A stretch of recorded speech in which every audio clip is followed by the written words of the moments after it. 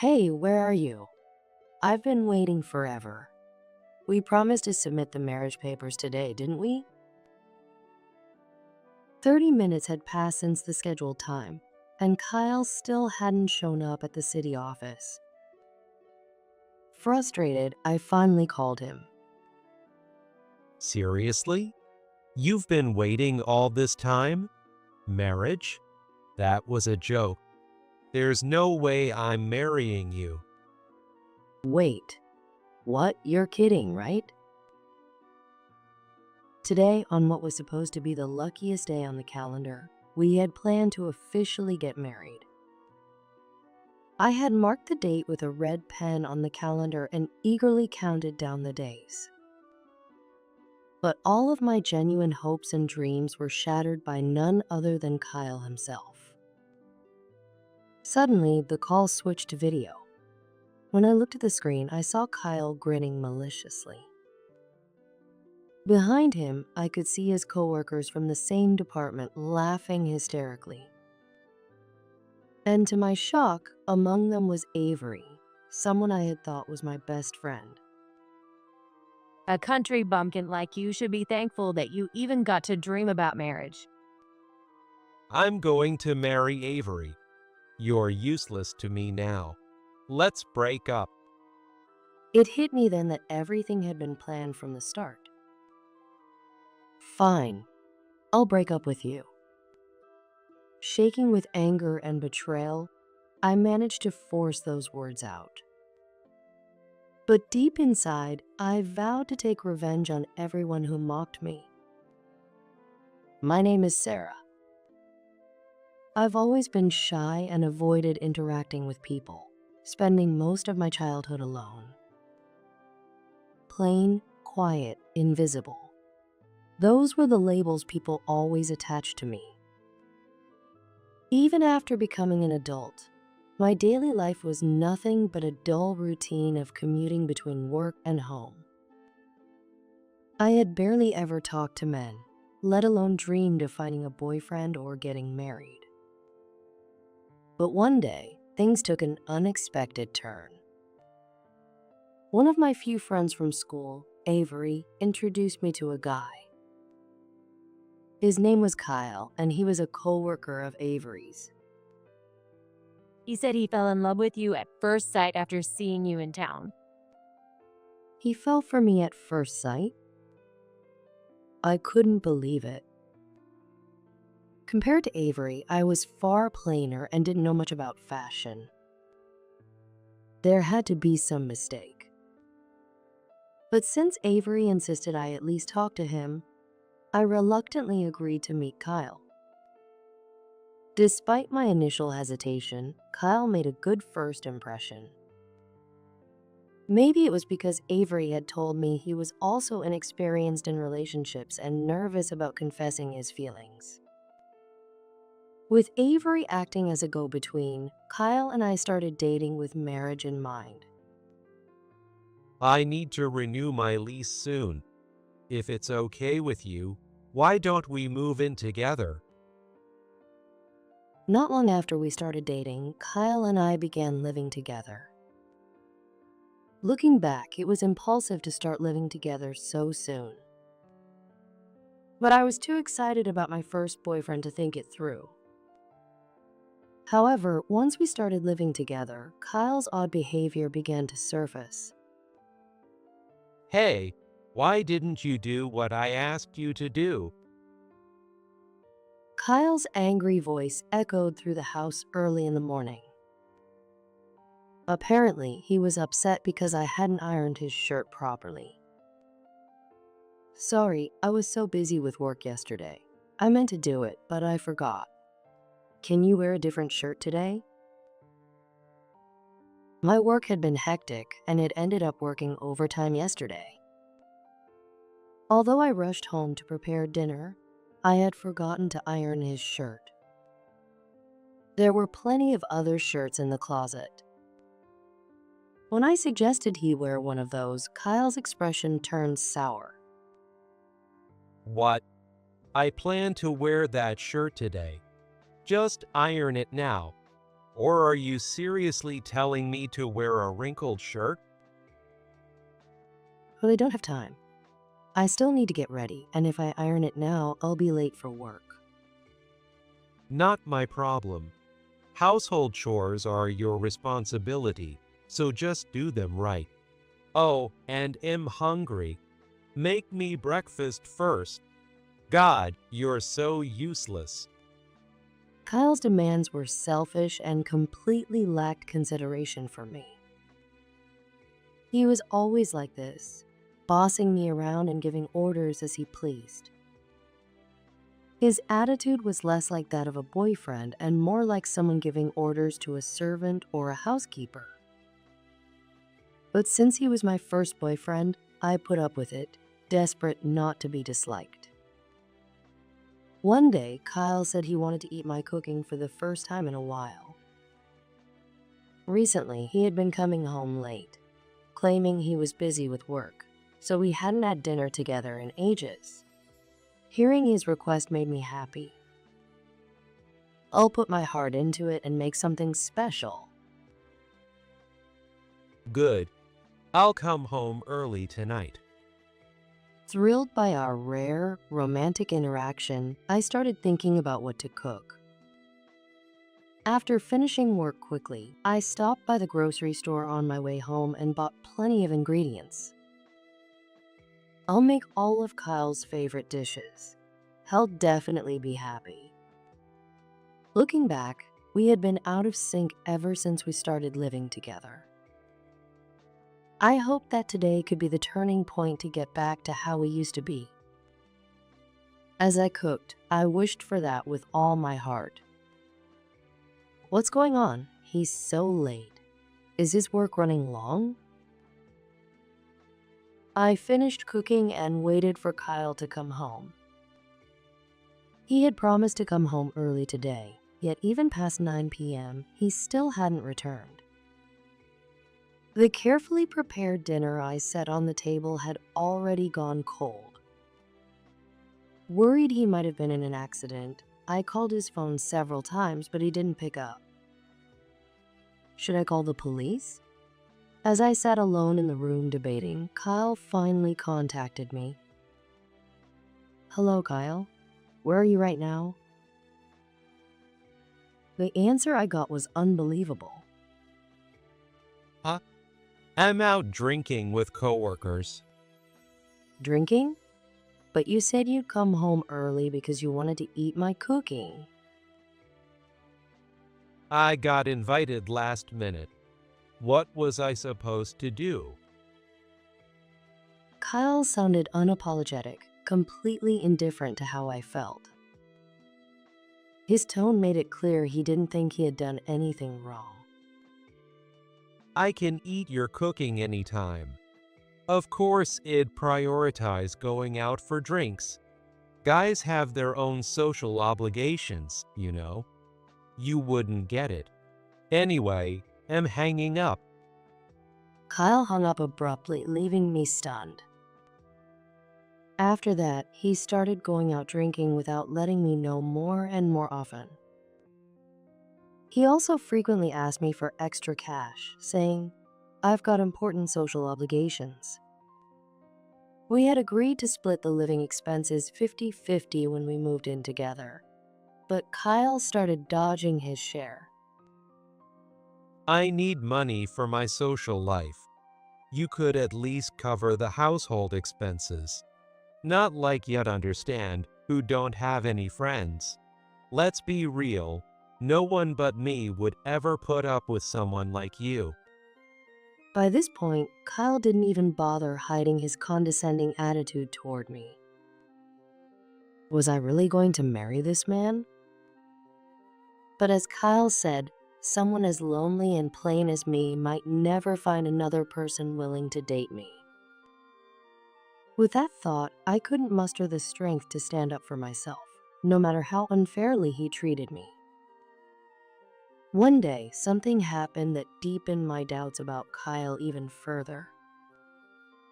Ugh, why does he always leave his clothes lying around? How can anyone be so messy?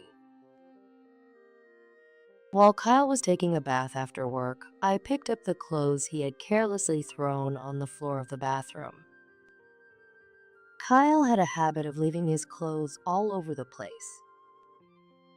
If I didn't clean up after him, the house would become a total mess. As I gathered the clothes to put them in the laundry, I noticed something off. "What's this smell?" It wasn't detergent or body odor.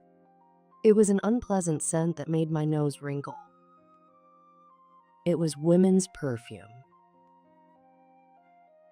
The strong scent was coming from the clothes Kyle had just taken off.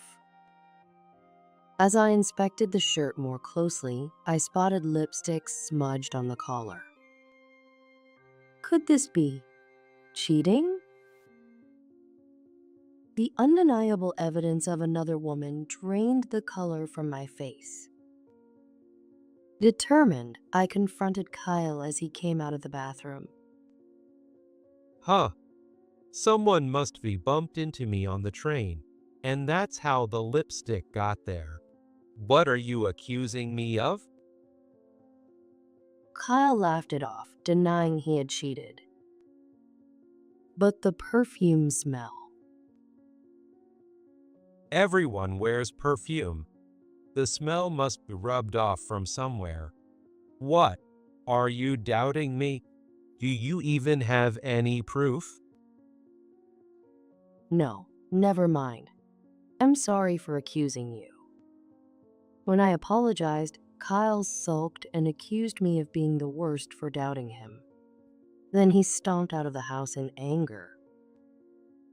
Since I didn't have concrete evidence, I couldn't push the issue further, which was frustrating. But my instincts told me something was definitely off about Kyle. I think Kyle might be cheating on me. Unable to keep it to myself, I reached out to my friend Avery to talk about Kyle. I told her everything, his unreasonable behavior, and the suspicious signs of another woman. You're just being too sensitive. Try to be more easygoing. Avery brushed off my concerns, saying it was wrong to doubt men so easily. But I don't know if I should keep dating Kyle. Wow, you're being so weak. If you put in more effort, Kyle will change. To be loved, you have to work harder, Sarah. Avery told me to endure everything quietly, no matter what happened. Honestly, Sarah, you're so naive. Women should just stay quiet and obey their men. Yeah, you're right. I'll do my best, just like you said. Reluctantly, I nodded in agreement with Avery's advice. Following Avery's advice, I stopped arguing with Kyle and started obeying him, no matter what he said. On the surface, peaceful days seemed to continue after that. But that peace came at the expense of me constantly walking on eggshells to avoid upsetting Kyle. No matter how exhausted I was from work, as soon as I got home, I had to tiptoe around his moods and comply with his unreasonable demands without complaint. It's like I'm a slave. What had started as a hopeful cohabitation with my first boyfriend had now turned into a living hell for me. But perhaps because of my constant endurance, Kyle one day brought up the idea of getting married.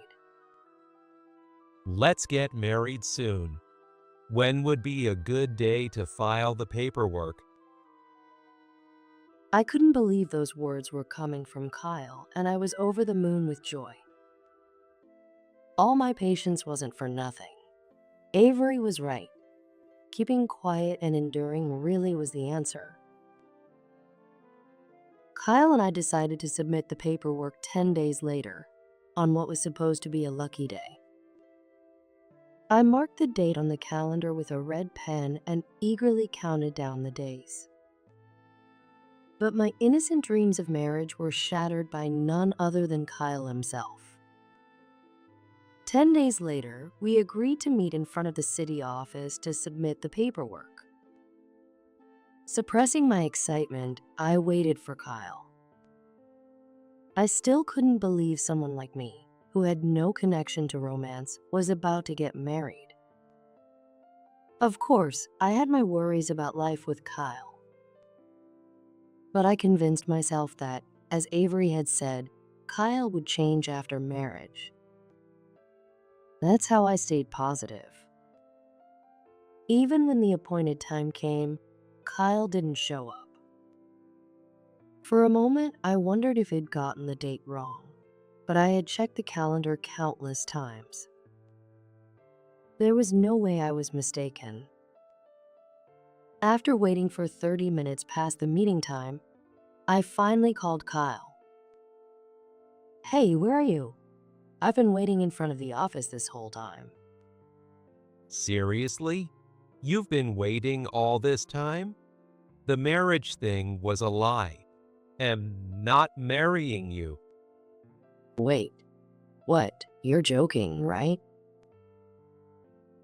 As I asked, the call suddenly switched to video. On the screen, I saw Kyle grinning maliciously. Behind him, his coworkers from the same department were laughing hysterically. And to my shock, among them was Avery, the friend I thought I could trust. "What's going on? Where are you guys?" We're in Hawaii. Took some PTO for a little department vacation. "Do you even know what today is? And Hawaii? You didn't say a word about this to me." Bug, you're so annoying. You're useless to me now. Let's break up. "Wait, please explain." This should make it clear, even for someone as clueless as you. Look. With that, Kyle showed me Avery's left hand, where a ring sparkled on her ring finger. Thanks to you, I managed to save a ton of money while we were living together. I used it to buy Avery a great ring. Let's not have sex before marriage. I want to cherish you. Ha! You fell for that hook, line, and sinker. You were just a maid and a cash cow to me. According to Kyle and Avery, our relationship was just a ruse to save up money for their wedding. From the very beginning of our relationship, Kyle had said, "Let's not have any physical intimacy before marriage," and we maintained a pure relationship. I had wholeheartedly believed it was because of his kindness. However, Kyle had never intended to date me seriously or marry me from the very beginning. He used me as a convenient housekeeper, made me pay for living expenses, and secretly saved up money for Avery's ring. You should be happy you even got to dream about marriage, considering how plain you are. It was exhausting having to put up with you every day, even for the money. Behind them, their coworkers laughed hysterically. How could you not notice?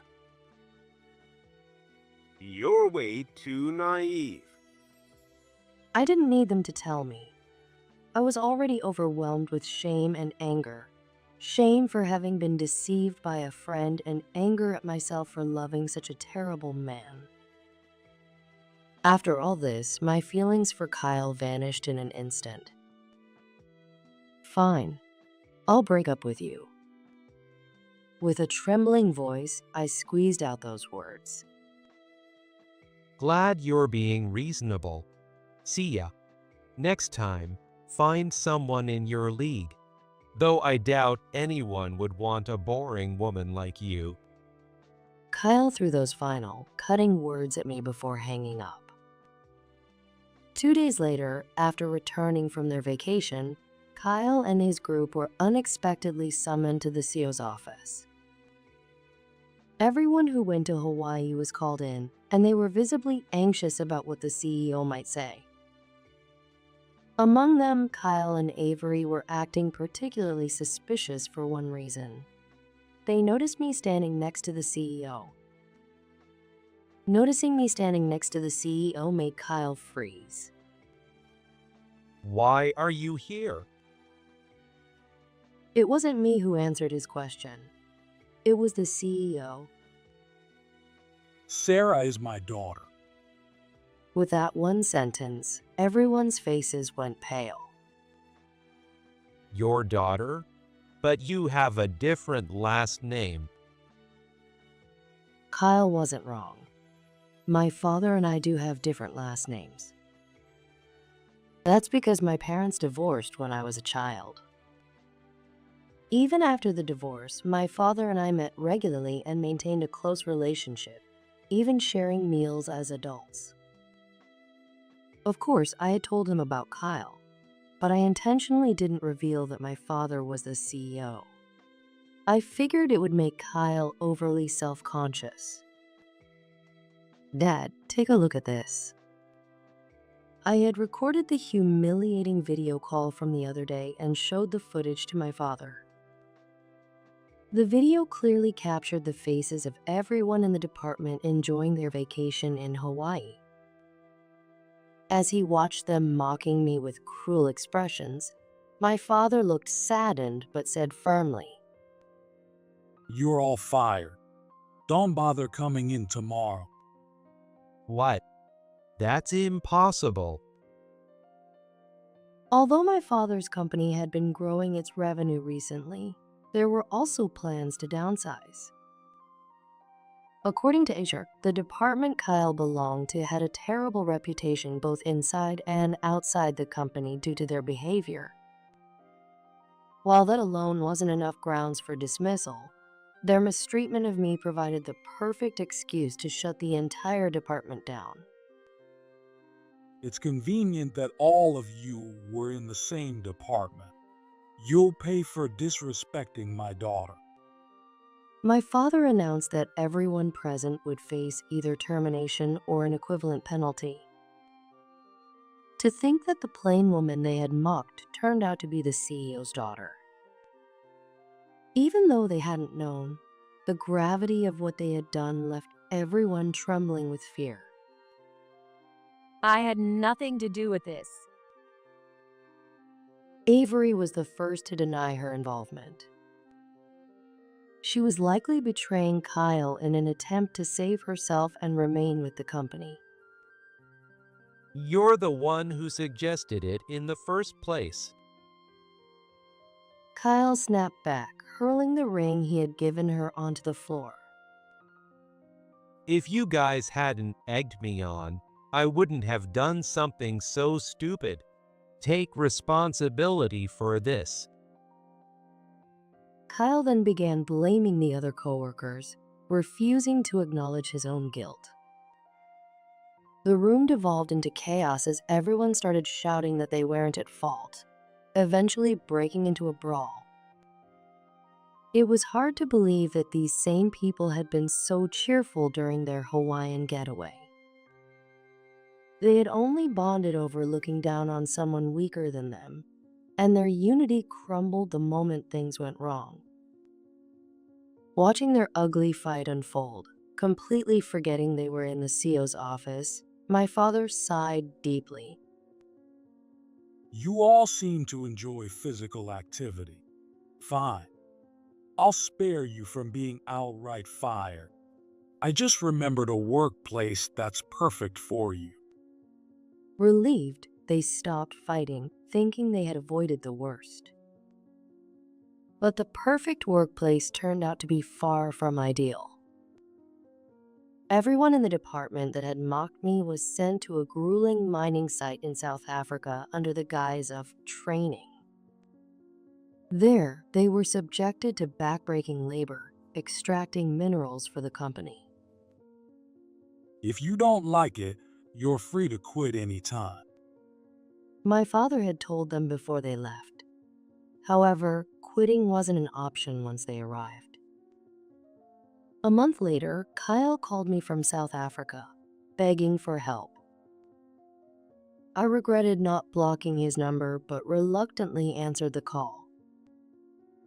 He explained that for security reasons, their phones were confiscated on site, and he had to sneak out of the dormitory to find a payphone. Even finding that payphone had taken him 5 nights of walking continuously. Why do I have to go through this? Hearing Kyle's repeated complaints, I felt no pity for him. If anything, considering how he had treated me, I thought it wasn't nearly enough punishment. Kyle did have access to adequate food and rest. But whenever he complained about the harsh conditions, the local staff scolded him in their language, asking what he had to complain about. I can't communicate with anyone. The food doesn't suit me, and the beds in the dorms are moldy. I can't stand this anymore. Please, talk to the CEO and get me out of here. Apparently, morale at the mining site was at an all-time low. Avery, in particular, was spared from physical labor but was put in charge of cooking for the workers. Preparing 3 meals a day for over 100 people had her in tears, constantly begging to go home. Have you learned your lesson? Yes, of course. I'm truly sorry. If I can come home, I'll do whatever you say. All right, I'll talk to my father about bringing you back. Really? Sarah, you're a lifesaver. Kyle sobbed and thanked me profusely, his tone completely different from the arrogant and dismissive man he had once been. The harsh labor had clearly broken him. After some time, they were finally allowed to return to the US. When Kyle and the others came back, they were so physically and emotionally drained that they didn't even have the energy to protest to the CEO. As for Avery, her once beautifully maintained long hair was now disheveled and filthy with dust and dirt. Her skin had deteriorated, and she looked as though she had aged 10 years. Good job on the training. When they returned, my father greeted them with kind words and even provided showers and a lavish meal to welcome them back. Feeling pampered by the generous treatment, they seemed to forget why they had ended up in South Africa in the first place, laughing and celebrating. You seem refreshed. Now, Kyle, I have a gift for you. Huh? I get something? Feeling emboldened by the luxurious treatment, Kyle leaned forward eagerly, hanging on to my father's words. My father took out his phone and began making a call. Kyle, his eyes brimming with expectation, watched closely. Was it money? Or perhaps something else? Having endured such grueling training, Kyle clearly believed he deserved a reward. About 20 minutes later, while they were enjoying drinks and high spirits, a group of people arrived. When they saw who had come, everyone froze. It was the police. The officers approached Kyle and abruptly restrained him. What's going on? What did I do? Kyle struggled in confusion, but with 2 officers holding him firmly, he couldn't break free. As Kyle, still bewildered, tried to process what was happening, my father stepped forward and spoke coldly.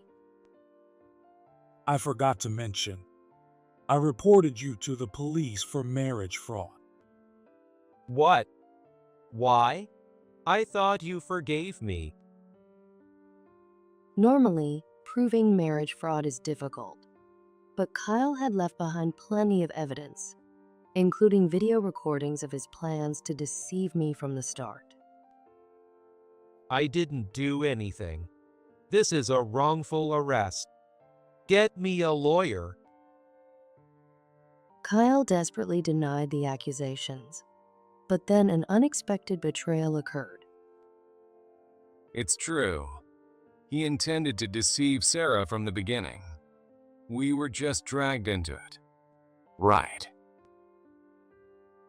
His co-workers all claimed they were uninvolved and pinned the blame entirely on Kyle. Yeah, that's right. He's the real culprit. Even Avery, in an attempt to save herself, turned on Kyle and pointed him out to the police. Remember this, all of you. I will never forgive you. Betrayed by Avery and his co-workers, Kyle turned red with anger and shouted at them. But no matter how loudly he protested, it couldn't absolve him of his guilt. Kyle was dragged away by the police, spewing parting threats. Eventually, Kyle was convicted of marriage fraud. Although it was his first offense and his sentence was relatively short, he still served time in prison. As for Avery and the other co-workers, they were all demoted to a notorious isolation department within the company, known as the banishment room, and eventually resigned. After leaving the company, Avery tried to find a new job, but bad rumors about her spread quickly, and no reputable company would hire her. Desperate to make a living, she took up night work. But her beauty, once her asset, had faded significantly due to her harsh time in South Africa. As a result, she struggled to gain popularity, and the younger workers at her establishment mocked her as an unpopular, annoying old woman.